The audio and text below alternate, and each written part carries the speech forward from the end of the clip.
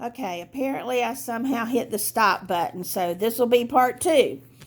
The next problem is number 31. And again, you observe that one side's not 0. So that's the first thing. Since this is a negative 2, I'll need to add 2 to move it to this side. So this is the same factoring problem we looked at before.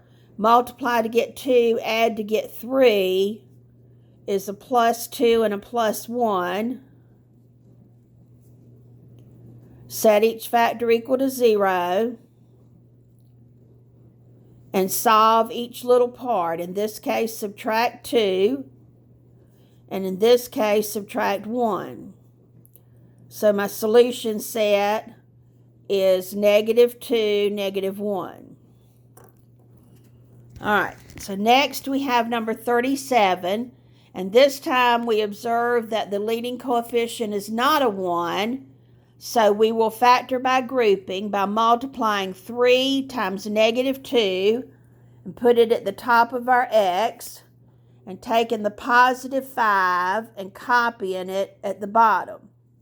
So I need 2 numbers that I can multiply to get negative 6 and add to get positive 5.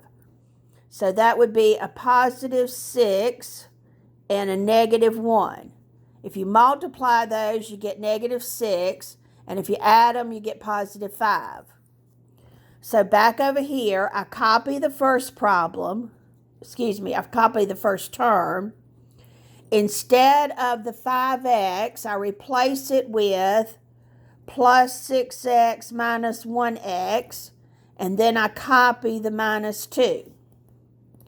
So I'm factoring by grouping, which means I look only at these 2 terms and factor out whatever's common to them, which is a 3x, and that leaves me with an x plus 2.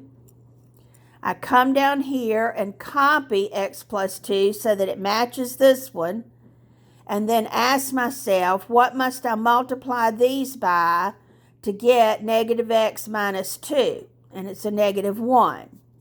So now looking at this term and this term, it's the x plus 2 that's common, and my other factor is 3x minus 1. And all that still equals 0 like it did way back up here.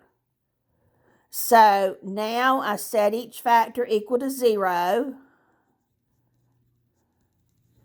And I solve it by subtracting 2, adding 1, and dividing by 3. So this solution set is negative 2, positive 1/3.